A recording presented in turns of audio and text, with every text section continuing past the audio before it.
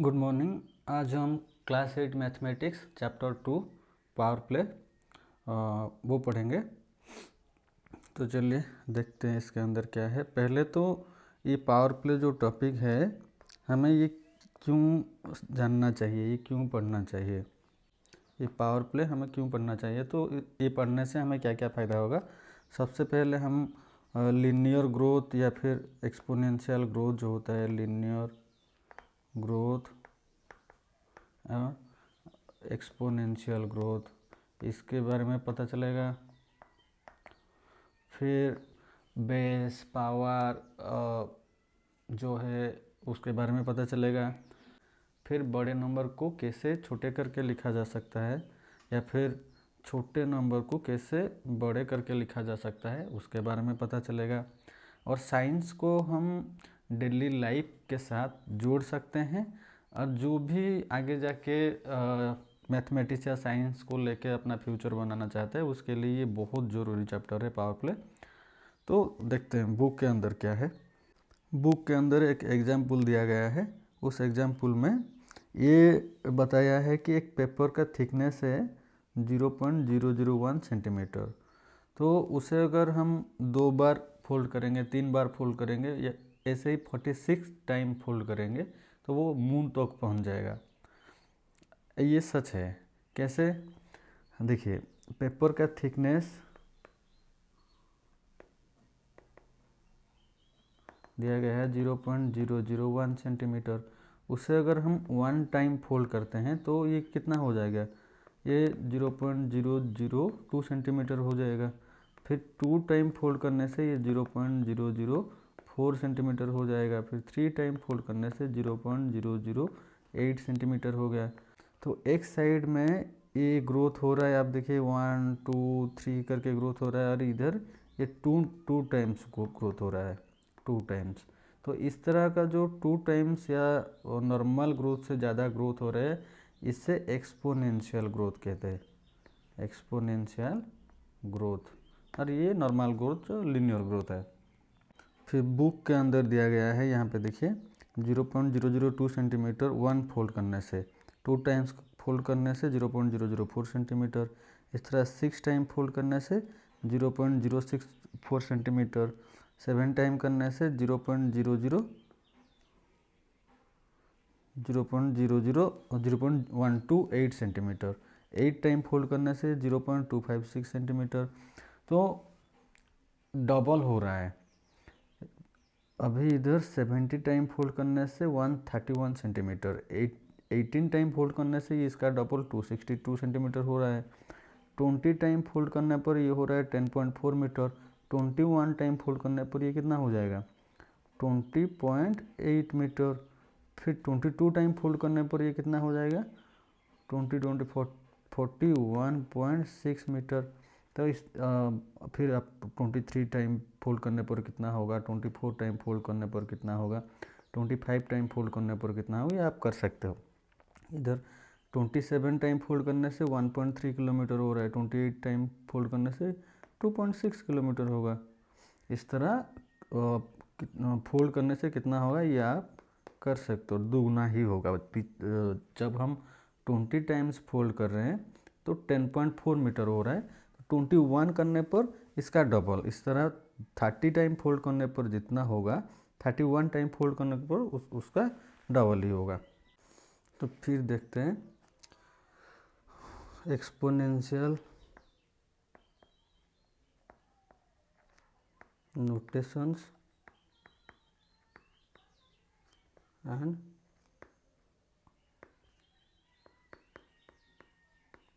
Operations, exponential notations and operations.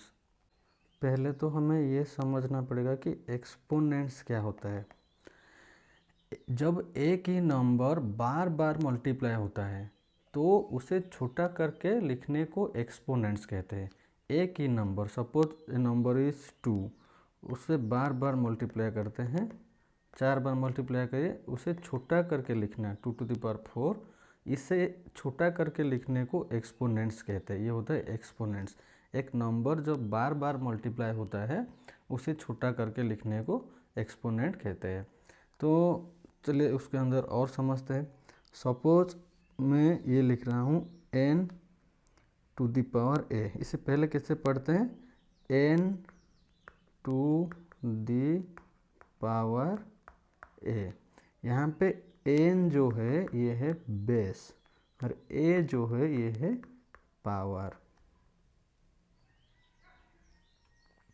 n जो है base है और a है पावर। एग्जाम्पल और एक 2 टू द पावर 3, तो यहाँ पे 2 हो गया बेस और 3 जो है वो है पावर। और कैसे पढ़ते हैं, 2 टू द पावर 3। ये 2 टू द पावर 3 जो है 2 को 3 बार मल्टीप्लाई करना जो है उसे 2 टू द पावर 3 लिखने पे वही है। अगर 3 को हम 4 बार मल्टीप्लाई करेंगे तो उसे डायरेक्ट 3 टू द पावर 4 लिख सकते हैं। यहाँ पे 3 जो है बेस और 4 जो है पावर। और ये 3 4 टाइम्स मल्टीप्लाई हुआ है तो ये है नॉर्मल फॉर्म। और इसे इसे जो हम लिखे 3 टू द पावर 4, इसे कहते हैं एक्सपोनेंशियल फॉर्म। Exponential form. अब बेस क्या है, पावर क्या है, एक्सपोनेंशियल फॉर्म क्या है, ये तो आपके समझ में आ गया होगा। फिर चलते हैं लॉज ऑफ एक्सपोनेंट्स, जो मैजिक रूल्स दिया गया है। ये जो सारे फिगर इट आउट क्वेश्चंस है ये नेक्स्ट वीडियो में जितना भी है सारे करेंगे नेक्स्ट वीडियो में। पहले जो डिस्क्रिप्टिव पार्ट है उसे समझते हैं, फिर सारे जो फिगर इट आउट क्वेश्चंस है सारे सॉल्व करेंगे। अब हम देखेंगे the laws of exponents. Laws of exponents book में ये दिया गया है मैजिक रूल्स। पूरा टॉपिक में ये सबसे ज़रूरी पार्ट है। पूरा चैप्टर में 3 या 4 रूल्स है, वो आप यहीं से शुरू करके आपके पढ़ाई ख़त्म होने तक, चाहे आप स्पेस साइंस पढ़े या फिर रॉकेट साइंस पढ़े, कुछ भी, हर जगह ये आपका काम में आएगा। ये सबसे इम्पोर्टेंट पार्ट है। तो रूल 1 जो है मल्टीप्लिकेशन। अगर बेस इक्वल है, सपोज यहाँ पे n to the power a है and another thing is n to the power b। यहाँ पे ये वाला एक्सपोनेंशियल फॉर्म है। In this exponential form n is equal to base, a is equal to power, like this. In this exponential form n is equal to base, b is equal to power. तो क्या है, जब base equal है और multiplication हुआ होगा, कैसे, n to the power a into n to the power b।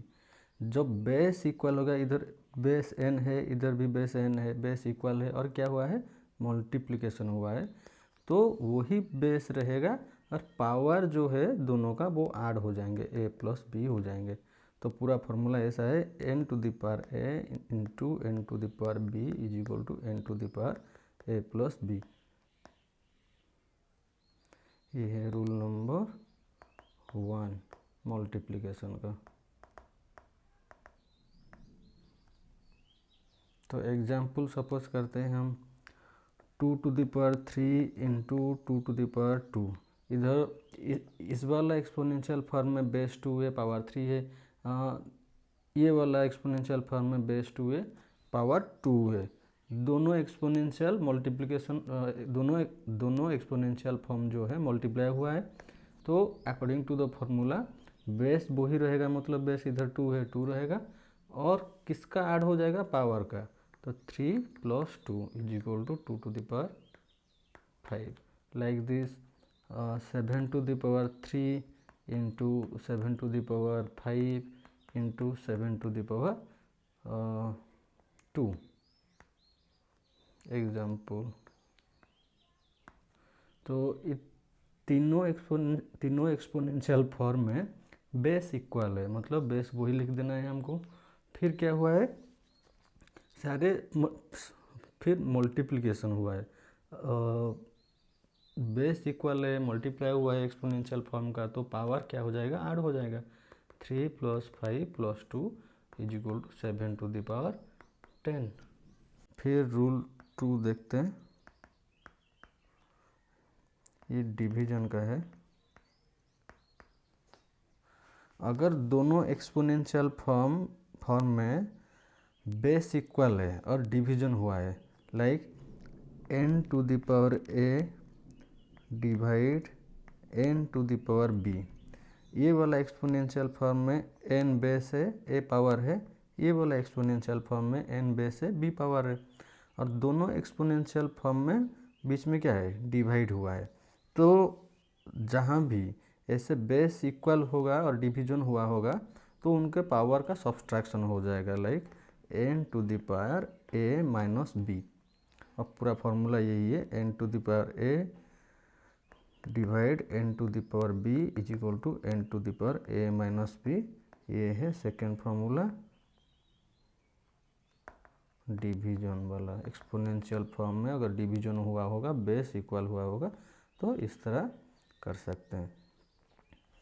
फिर इसका एग्जांपल देखते हैं। अगर 2 टू द पावर 3 है डिवाइड 2 टू द पावर 1 है, तो 2 to the power 3 minus 1 is equal to 2 to the power 2 होगा। और एक एग्जांपल देखते हैं।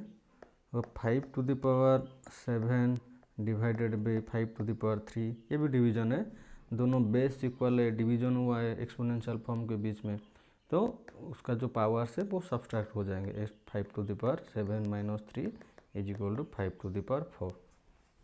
अब देखते रूल 3 जो है, पावर ऑफ पावर।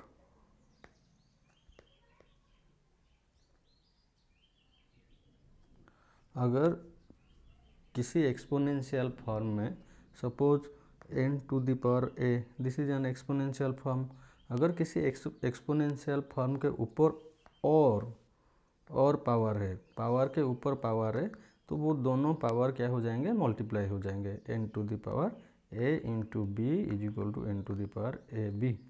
तो फॉर्मूला पूरा ऐसा है, n to the power a whole to the power b अगर है किसी एक्सपोनेंशियल फॉर्म में, पावर के ऊपर अगर पावर है तो हो जाएगा n to the power A B, उसका जो पावर है उसका मल्टीप्लिकेशन हो जाएगा। एग्जाम्पल के तौर पर अगर हम 2 to the power 2 to the power 3 करते हैं, तो ये एक्सपोनेंशियल फॉर्म में पावर के ऊपर पावर है, तो दोनों पावर्स जो है मल्टीप्लाई हो जाएंगे। 2 to the power 2 into 3 is equal to 2 to the power 6 करके। स्पेशल रूल्स है मैजिक रूल्स के अंदर, जैसे कि जो भी नंबर है उसका अगर पावर 0 होगा, n टू द पावर 0, तो ये 1 होगा। ये कैसे होगा 0 कैसे, suppose n to the power 1 divided by n to the power 1, तो यहाँ पे डिवीजन हुआ है, बेस इक्वल है, तो n to the power 1 minus 1 हो जाएगा, तो n टू द पावर 0 हो जाएगा। n के ऊपर कुछ पावर नहीं, उसका मतलब ये बेस नहीं, ये तो नहीं है ना, बेस है लेकिन उसका कोई पावर नहीं है, तो उसका वैल्यू हमेशा 1 ही होगा। ज़्यादातर बच्चे कंफ्यूज होते हैं माइनस को लेकर। अगर पावर में माइनस है तो कैसा होगा, सपोज मैं लिखूँगा a to the power minus 1, तो ये कितना होगा, a to the power minus 1 is equal to 1 by a to the power 1।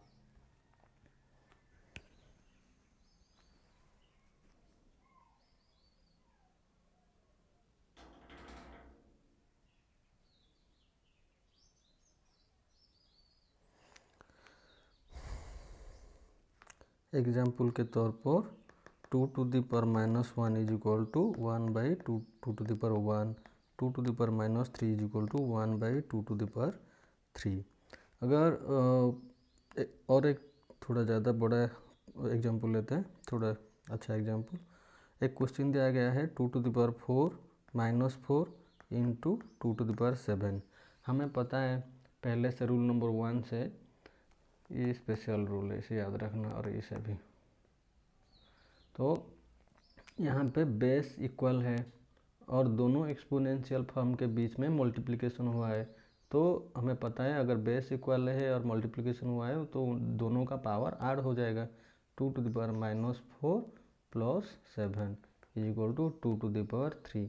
अगर ऐसा होगा, और एक एग्जांपल लेते हैं, 3⁻⁻5 इंटू 3⁻², तो ये कितना हो जाएगा 3⁻⁻5 + 2 इज इक्वल टू 3⁻3, जो कि 1/3⁻3 इक्वल टू 1/27।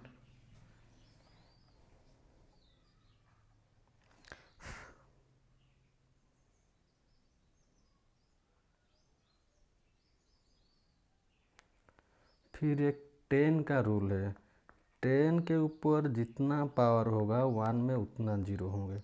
10⁵ अगर होगा तो 1 में 5 जीरोस होंगे। ये भी एक है।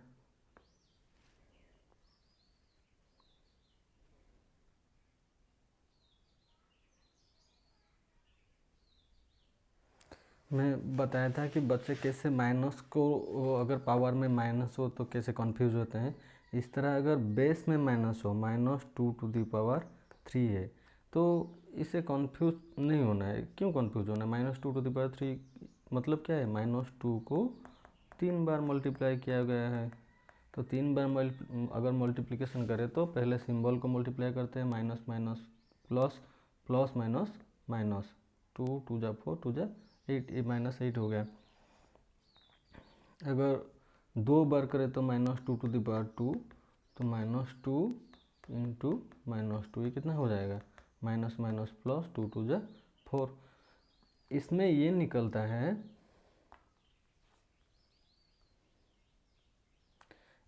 निकलता है, अगर किसी माइनस डिजिट को, माइनस नंबर को इवन नंबर ऑफ टाइम्स हम मल्टीप्लाई करते हैं, उसका पावर इवन नंबर से, ये डिजिट -2 है, इसका पावर एक इवन नंबर है, तो जो रिजल्ट आएगा वो हमेशा पॉजिटिव आएगा।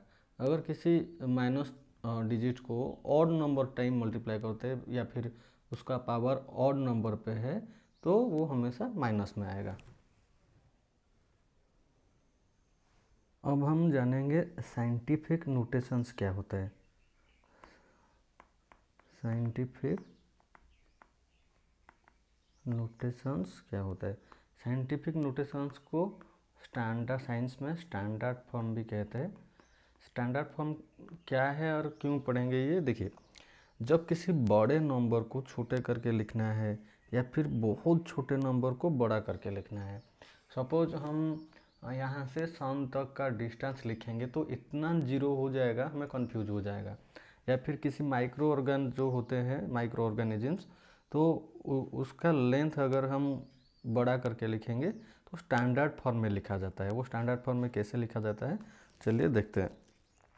मान लीजिए आपके पास एक नंबर है 308100000, एक नंबर है, इसे हम स्टैंडर्ड फॉर्म में लिखेंगे। स्टैंडर्ड फॉर्म में कैसे लिखते हैं? इस नंबर के आखिर में डेसिमल है, इस डेसिमल को हम जितना लेफ्ट साइड में लाएंगे 10 में, उतना जीरो देना पड़ेगा ऊपर। वो कैसा होता है? x इंटू 10⁻y, ये होता है स्टैंडर्ड फॉर्म या साइंटिफिक नोटेशंस। इधर x जो है 1 से 10 के बीच में रहेगा, आप 3.5 2.9 कुछ भी कर सकते हैं। और ये y जो है ये डिपेंड करता है हम डेसिमल को कितना लेफ्ट या फिर कितना राइट लेते हैं। जितना डिजिट लेफ्ट लाएंगे या फिर कितना डिजिट राइट लाएंगे, उसके हिसाब से y लिखना होगा। तो ये नंबर है 308100000, उसे हम डेसिमल के हिसाब से लिखेंगे। तो कैसे लिखा जा सकता है देखते हैं। पहले ये डेसिमल आखिर में है, हम इसे 3 के बगल तक लेके आएंगे, 3 के पास, क्योंकि लेफ्ट साइड में सिर्फ एक डिजिट रखेंगे। तो पहले लिखते हैं, इस डेसिमल को इसके पास लाएंगे तो 3.0810000 इतना होगा। अब काउंट कीजिए कितना डिजिट पार करके लेफ्ट में आए हैं। 1 2 3 4 5 6 7 8 डिजिट पार किए हैं। तो इसे हम ऐसे भी लिख सकते हैं, 3 इंटू 081 इंटू 10⁸। इसके पॉइंट देने के बाद राइट साइड जीरो लिखने का कोई मकसद नहीं है, इसलिए जीरो मैंने नहीं लिखा। और डेसिमल को हमने आखिर से उठाकर लेफ्ट में 8 डिजिट क्रॉस करके 3 के पास लिया है, इसीलिए जितना डिजिट लेफ्ट में लाएंगे उतना 10 टू द पावर नंबर जो है पावर रखना पड़ेगा हमें। यहाँ पे मैंने बोला था y जो है ये y डिपेंड करता है आप कितना डिजिट लेफ्ट और राइट लेते हैं डेसिमल को, उसके हिसाब से 10 टू द पावर 8 है ये। छोटे नंबर को अगर लिखना है किसी, ये तो बड़ा नंबर हो गया, अगर किसी छोटे नंबर को लिखेंगे, सपोज एक नंबर है 0.000005, ये नंबर है, इसे हम बड़ा करके लिखना है। आप देखिए 0 के बाद ही डेसिमल है, हमें इसे आगे जाना है। इस डेसिमल को हम आखिर तक 5 के बाद तक ले जाएंगे तो ये कैसे हो जाएगा, कितना डिजिट पार करेगा राइट में 1 2 3 4 5 6, तो इसे हम 5 इंटू 10 टू द पावर 6 लिख सकते हैं, 10 टू द पावर -6, क्योंकि ये राइट में जा रहा है। अगर ये लेफ्ट में लाते तो ये प्लस होता, राइट में जा रहे हैं इसीलिए ये माइनस है।